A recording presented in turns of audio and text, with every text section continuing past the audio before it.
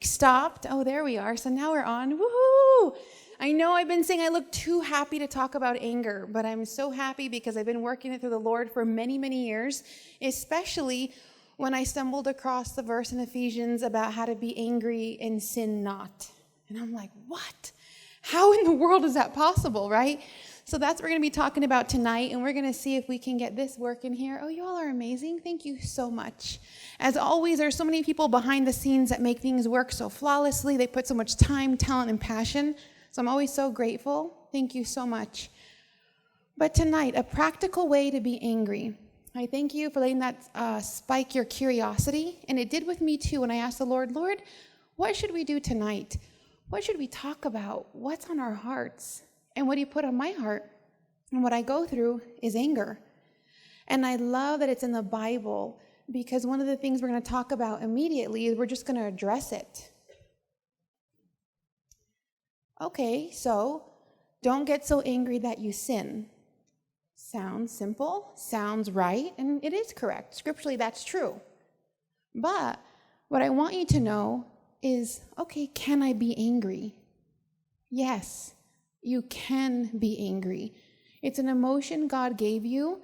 It's a reaction to what you're feeling, to what you're hearing, to what you know, to what you're being burdened with. And I'm even going to go so far to say being persecuted, especially being a Christian. We go through all sorts of different emotions, and anger is one of them. But I'm a Christian. That's tough because we're supposed to be happy all the time. Not true. That would be great if we could. That would be great if we would. But you live on the same planet I do, and it's really, really hard to always be happy. Everything happens. Everything will fail you, but God. And the more and more I remember that, and I pour that over my life, and I say, God, it's you. It's all you, and I don't know why this is happening to me. I don't know why. I don't understand. I don't. But then it reminds me that he says, but I do, and can you just trust? But it's okay to be angry. And some people will tell you, don't be angry, just let it go. That's not healthy. If you can, let it go instantly. If it doesn't bug you, if it's not a high priority anger issue, I absolutely agree, let it go. But when you're really asking for counsel and you open up to somebody and you say, I'm so mad about, and they say, just let it go. Don't you trust God? That hurts. And you almost get more angry. I've gotten more angry before. And then I start to realize maybe I'm here for you and you not here for me because maybe you don't understand. Another thing we hear is just hide it. Don't show people. Hide your crazy. But why, right? But why? Why hide what God is putting you through to glorify him? Why hide? And I didn't learn not too long ago to stop hiding. And part of me coming out here every Tuesday is to be very, very real with you while I'm here, while you're here, while we still have breath. Let us tell all of our generations that it is okay to be who God designed you to be. It is okay to be angry because the effects of anger are good. If we let that resonate just a little bit, it's good. Because when I'm angry, the only person I can go to is God. He was there when it happened. He knows exactly how I feel when I'm going through this. God is there for me all the time. So the effects of anger are good. And I love it when I get angry because I get to go talk with God and I get to give it all to him and I get to tell him anything I want. The things I couldn't tell anybody else because they might think of me differently or they might say something about me or they might go repeat it. But God is there listening and I only get closer the deeper I hurt. I rely more on him. And then I get to come up here today and share with all my friends and say, if you hurt, I hurt too. If you've been persecuted, if you've been afflicted, if you've just been like hands up in the air, I don't get it. I don't get it. I'm here with you. About 3 months ago, I clung to my Bible. And yes, we all cling to our Bible and our faith, but there's sometimes when you cling to that Bible and I could feel it breathing for me because I couldn't breathe. I was so angry. I didn't understand. What did I do? Where do I go? What do I say? It was eating away at me. I was so mad, and that's when I realized I was trying to do God's job, and that's why I'm not effective. It's His job to take care of us and fight our battles for us because He will do it correctly. We can't live in bitterness. We can't live in anger. There's things we just must not do because we are purposeful and useful. So then how do we do this? Saying it is one thing, and I physically talked with some of my friends one time, and I said, I'm trying to, give it to God. I feel like there's just, something, if I could just, I don't understand. They say, give it, and I want it. It's in my pocket. It's where? And it was in conversation. I need to just sit for just a moment, and I need to talk with God. And that's how you give it to Him. For some of us, it's a thought. For others, it's sitting down and being still. And I really love this verse in Mark because it reminds me when I love all my friends that are here, my family, that you should be my second. And I love you so much. Your friend should be your second. I'm going to be even more bold and say your husband should be your second. Let God be your first. Search it out with Him and say, Lord, this happened. This is going on. So in here, I really want to highlight where it says, come away with me. Because when you're angry, that's one thing you need to do is pull away. Pull away. Someone comes at you wrong or crossed or something, just look at them, and it's okay to say, I need a minute. I'll get back to you. Or just say, and walk away. Be angry and sin not. Often in our reaction, we sin because we're hurt, we're fed up, we're tired. But then also I'm realizing that when I come at somebody unintentionally and I make them angry and they kind of blast at me, I just learned how to pray for you. Not because you're angry, because something has you to the brim in your life, and I was just that one more thing that sent you over, even if it wasn't a big deal. So even in our anger around us, we're realizing, oh my goodness, you hurt. And sometimes we ask for prayer requests and you're like, but then we see you at the grocery store arguing or bumping your carts. The other day I was at Smith's and a man drives by and honks so loud. Just so happened to be a woman, no big deal. It could have been a man, but a woman, and yells all these things at a random woman. I don't even look at her. I look at him and I try and I ask the Lord, can I see inside his eyes, Father? Does he know you? Is that where the hurt starts? That he doesn't know you? Or does he know you and he's forgot to rely on you? What is it, Lord? And that was in preparing for this, and I thought, wow. But you see, tonight is about you, and it's about me, because we need to be full. We need to be poured into so then we can pour out. So do you have a quiet place, a room? So when you get angry, think of that time, that moment when somebody just came at you. It happened, because it's going to happen. A boss, a husband, a boyfriend, somebody you didn't even think on Facebook. It's a comment. You meant it in the right way. They took it the wrong way. We can go and go and go and go. A quiet room might be a good place to just pull away. Don't blast right back on that social media and say, well, actually, right, bold caps, whatever, these mean emojis, right, all this stuff. Me too. Me too. And that's the hard part about an iPhone. You see the little dots, and I'm like, no. And then it goes away, and I'm like, no. I'm thinking, man, but I'm like, she has an iPhone. I know she thinks that I'm thinking about it. Oh, But that's truth, right? So don't take your phone in the quiet room with you. Close your eyes and breathe. Maybe you can't come away, right? They're right in front of you.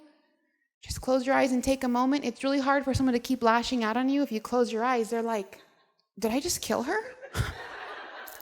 Inside you did, sister. Inside you did. On the floor, now this might sound really weird, but we're going to get personal and real. So what I like to do when I'm really overwhelmed and stressed out, my kids are still really young. Young to me is 12 and 11. And I get overwhelmed. And I go, oh yeah, I'm just going to run to my bedroom. No, just go in there. So I go in my closet And Alicia, I apologize because I know you're filming, but I literally do this. I have like boots and shoes and my husband's backpack and whatever, and it just makes for the most comfiest place to lay down. And nobody can find me, and I can hear nothing but God. So I lay, and I just straight up lay, kick my feet up on my little ladder because I have stuff sky high, and I just lay there, and I'm like, oh, God, what's happening? It's too much. But I'm asking God to help me because I'm about to lash out on my children. And I think they want to lash out on me too because they've had a long day and they've had wonderful teachers that have had a hard day. They're in this world too. And so one time I got busted. My husband walks in and he's like, oh, is your back out? I'm like, yes, my back is out. Yes, thank you, But then I just sinned in lying anyway, but I'm trying. It's a progressive thing. And so you heard about the closet, so I thought I probably shouldn't lay down anymore unless I know they're not going to come in, right? Because they're going to be all worried. So just the other day on a Sunday, I get home from church and it's blessings, but it's just a lot. And I'm like, oh.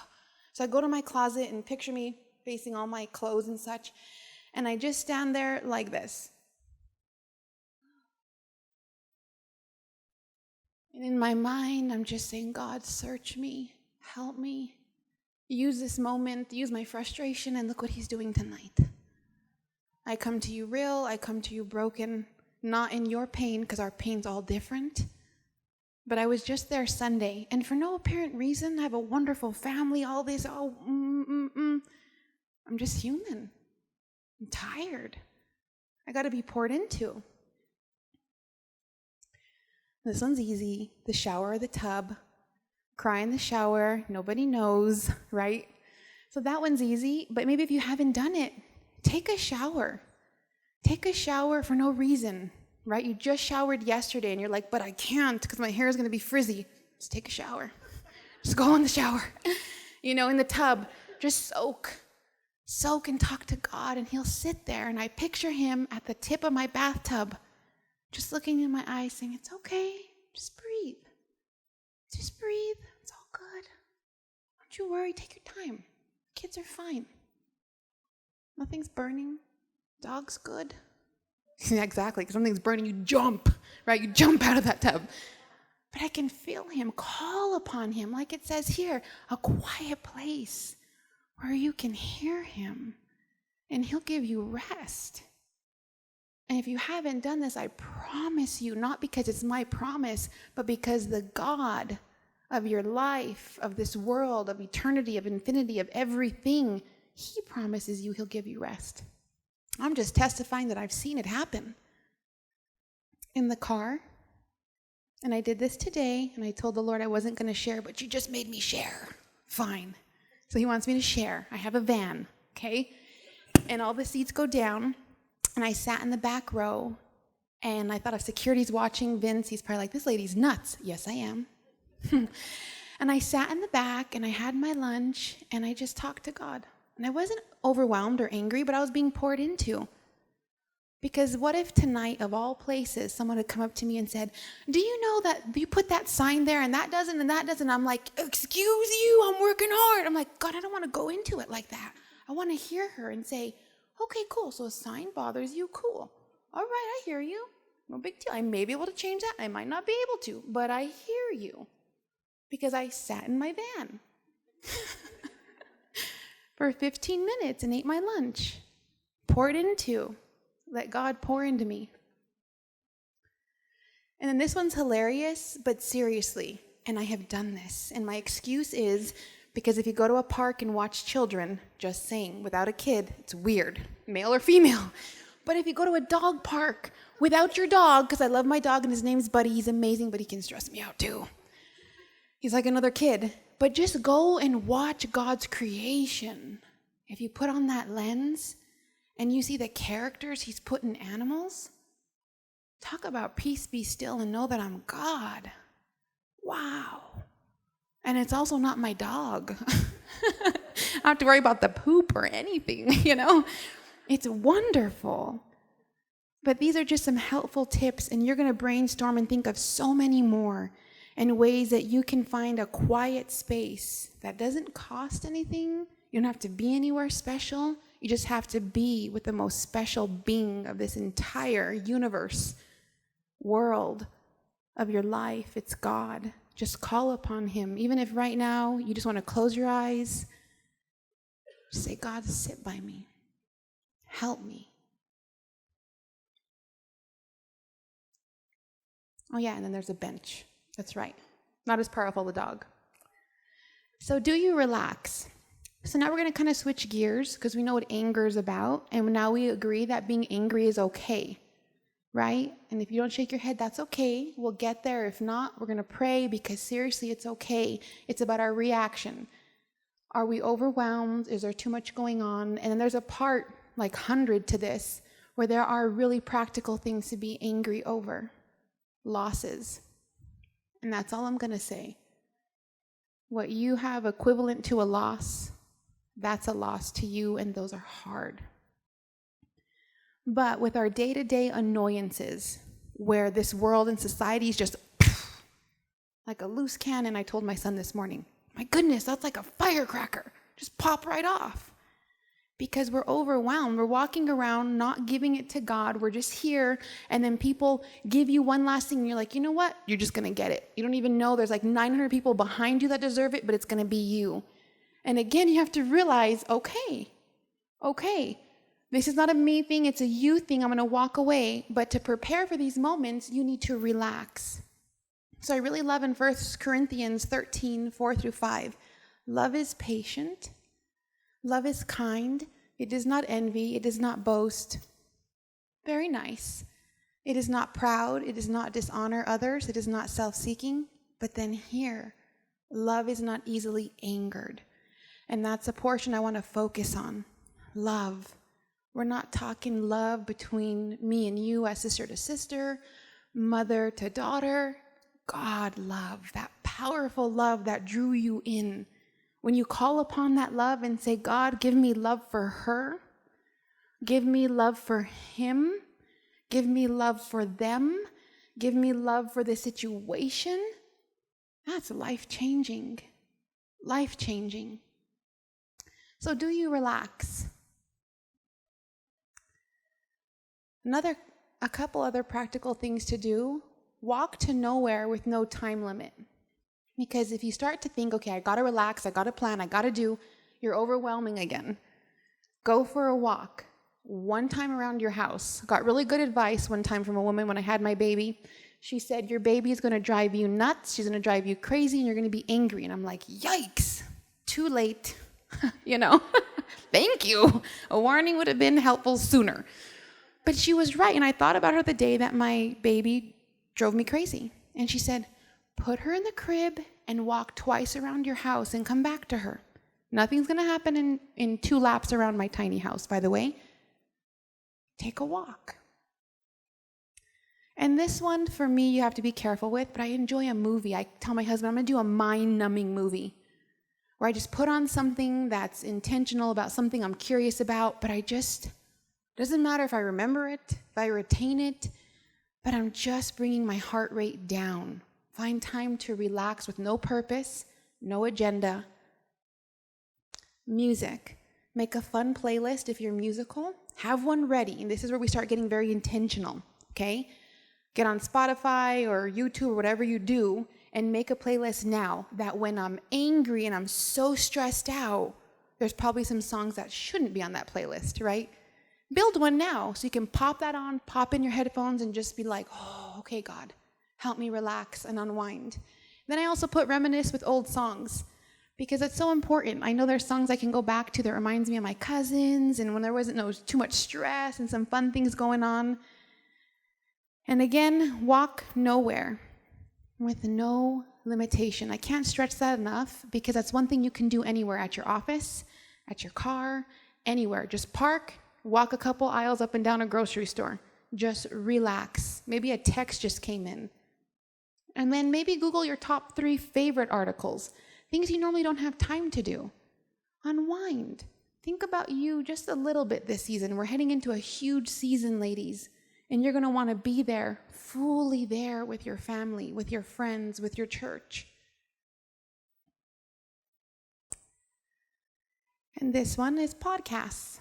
Podcasts can be peaceful and crazy. I Googled one about the top, brace yourselves, the top murders in America. You're like, how does that make you relax? It was interesting. And I forgot about everything I had thought about that day. Like nothing could enter my mind because I was like, and what? So but remember, plan now, find some podcasts when you've got to chill. You're not stressing on Netflix trying to find a movie and you just ruined it, right? That happens to me all the time. Load your queue. Favorite pictures. I put this one for my friend Samantha, who I work with. Google cats. Something funny. Baby faces. But have it ready in your minds when you're stressed and overwhelmed. You're ready to rock and roll. You're ready to just come down a level. Because we all know it's going to happen. It's like it's going to rain soon. Buy a rain jacket. Well, not really. An umbrella. It's cheaper, right? It's more versatile. So to help us unwind a little bit more and relax tonight, I have my good friend with me, Terry Horger. You like that? I can even rename my friends. We're that close. Terry Horger, come on up. And she found some practical remedies to help us unwind and what we're going to do in a pinch. In a pinch. We're always in a pinch. It's on? It is on. Okay, great. They're guessing. Let's just do this for a second. Everyone's formulating opinions. Because she just said murders. Right? Okay, so you're looking at these pictures and you're going, what the heck, right? Mm-hmm. Yeah. So Terry brought to us some of her favorite home remedies. Right. And I'm having a ride home with you? Just kidding. You're my carpool? So tell us about soap. Yeah, the soap. People sleep with it under their pillow for leg cramps. Really? What? Okay. Take some notes. Duct tape. I always thought duct tape was for fixing everything, but apparently some people use it to remove warts. Okay. Yeah. If you think that's practical, that's great. But the thing we have to remember is these are home remedies, but we also have to remember there are medical professionals out there, and if you think you have a serious medical issue, go to a medical professional. Don't necessarily use home remedies. So we just want to preface this. I am not a doctor, and are you, Terry? No. Nope. Go see your doctor. Not close. Not close. I like that. No. I guess I'm closer, but anyway. No. I'm going to stand over here.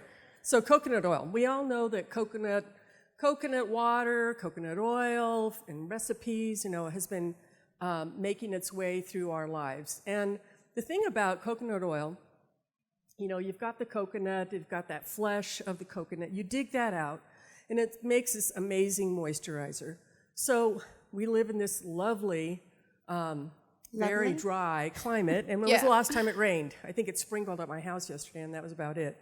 So, a little dab will do you, as they say. Take a little bit, put it on your elbows, put it on your cuticles. I don't know about you, but my cuticles really dry out. My fingernails start breaking, and this is really amazing for this. You can even use it to take off your makeup because it's not toxic. Yeah. And it's used for cooking. So where this made me laugh, I told Terry, I said, I had a friend, and this is where we're doing this together, because you could YouTube, but we're telling you we've tried this. This is so helpful. Right. I had a friend who didn't get a tip from a practical thing. She tried it, and she drenched her whole hair in coconut oil, all of it. Oh, it's wonderful and relaxing in my closet, right? And she gets in the shower, and she's like, and she went to work the next day, and it was like, crazy. So that's when I told Terry, make sure you say dab. Scotch. A dab, right. Dime size. Because my friend could have used this. I have kind of frizzy hair, as my friend Connie knows, and some of you have flyaway hair. Again, just a little dab, work it through your hair, brush it through, and it's amazing. Your hair will settle down. Yeah. It'll be beautiful again, and just the way you want it. So, witch hazel. This is really interesting. I didn't get a chance to really look up why it's called witch hazel, but it is a plant.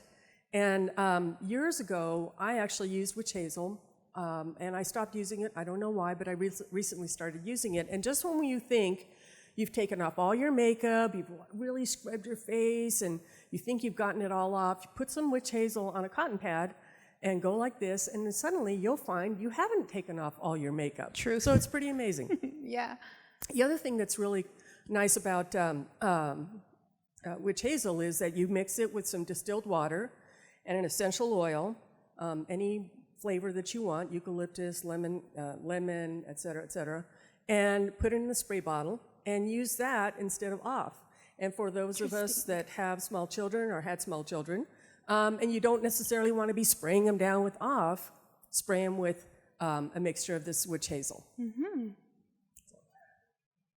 Next, essential oils. I love essential oils. I see Lenya sitting in the back. Lenya, cinnamon. Cinnamon's great for biscochitos, but guess what? It's great for easing stress, aids in alertness, helps. Some of you put your cinnamon in your coffee or tea. I did, especially when we read this. I was like, tonight, cinnamon time. But think about this, because I think the amazing thing about essential oils is it's basically a concentration of whatever plant it comes from. And there's places here in New Mexico that have locally sourced, or they've locally sourced plants to make their essential oils. So think about that. Think about buying local. Think about finding those places either at the co-op or Whole Foods or Sprouts, Trader Joe's, maybe even Smith's that you might shop at. There's a woman that owns a company called Artemisia Herbs, and she makes amazing home remedies and essential oils, and she's a great place to find that. Ooh. Okay, this is the one that Franchesca really wanted to talk about. I did. So how many of you ever bought dry shampoo at the grocery store, right? Or at the grocery store. I love that. Very practical in a rush. Right. Yes. But how many of you have cornstarch? If you cook, you use it for a thickener, right? It's made from the kernels of corn. But you can use it as a dry shampoo. So if you don't have time to wash your hair, you've worked out, you don't have time to wash your hair, or like me, I don't have time to wash my hair every day or every other day, it's a great way to mix it with a little bit of essential oil, just a little bit of essential oil, and you can add a little bit of cocoa powder if you have a darker color, and again, sprinkle that, not liberally, but lightly through your hair, and if you have to flip your hair over, for my friend, I will not say her name, brush it through. But you know who you are. Brush it through, and it just revitalizes your hair. It's a great, it's just a great way to do that. And so I told, it's very inexpensive. I told Terry a challenge tomorrow for work, because we're all getting out of here late. I'm going to do this. And it's either going to result in a hat or a reason to go home. Either way, it's a win-win. Last but not least is aloe vera. I don't know if you've ever done this before, and this is a succulent plant. It grows quite profusely. It starts off pretty small, but if you let it grow, and it doesn't take a lot of water, these things can get really gigantic. But basically, you break off a small piece, and you squeeze out the inside. And it's great for burns, especially for like sunburns or a very mild burn, not second or third degree burns. Or a glue gun, an iron. Yeah, an iron. All these things I do. If you've got a bad scrape, a cut, but not a deep cut that needs stitches. Right. It's a great thing to put on there, and it's just got amazing healing powers. And if you don't really like the goopiness, just leave it on there for a few minutes and then either rinse it off or wipe it off. But wow, that's Terry, it for tonight. Thank you so much for coming up here and sharing this practical ways. Absolutely. Thank you. So with all these tips, it's designed with you in mind to plan ahead. And when you get in a pinch, we pray that we're with you in spirit and in mind, that you have these ways and these things to say, hey, I don't need to run out and buy this. I can look in my pantry. I can do these things. But do you rest? Because we talked about relaxing. We talked about going to the Lord. But then how about resting in the Lord? So we found 20 Bible verses that help you with rest, to encourage you when being a woman, and I will pick on us because I'm one, so I'm picking on myself. We're go, do, plan, say, have an answer, be there, got everything right. And I love the book of James where it says, let your yeses be yeses and your no's be no's, just like straight up no. It's not because I don't love you, I don't think it's creative. I've got to rest. If someone told me that, I'd be like, wow, thank you. So again, it's about speaking truth. Let's be truthful to one another. Hey, I would love to. I got to rest. And I totally respect that. So let's try to incorporate that this season that we're going into a really busy season. I got to rest. But thank you. Maybe next time. You have some more verses, because those of you that are counting are like, that's only 10, lady. There's 20 more. I was being patient, not to overwhelm you as you're taking notes or maybe taking pictures, right? But as always, the most practical thing you can do is pray. So we'd like for you to join us in a time of prayer tonight again in our groups. And we have a gift for you. And the purpose behind this gift is a friendly reminder that when you drink your tea and you take time for yourself to refill this, meaning refill you, once a year, don't just take time to rest. Don't just drink one cup of tea. We pray here at Practical Thing that you take this cup and you refill it every time you use it. So that way you're reminded, hey, have I gone to God lately? Hey, am I being poured into so then I can pour out? We thank you so much. Our practical ladies, will you stand up? And you're welcome to come bring your ladies with you. And we're going to do a word of prayer real quick. Let's head out, recharge, and restore. God bless you, ladies, and good night.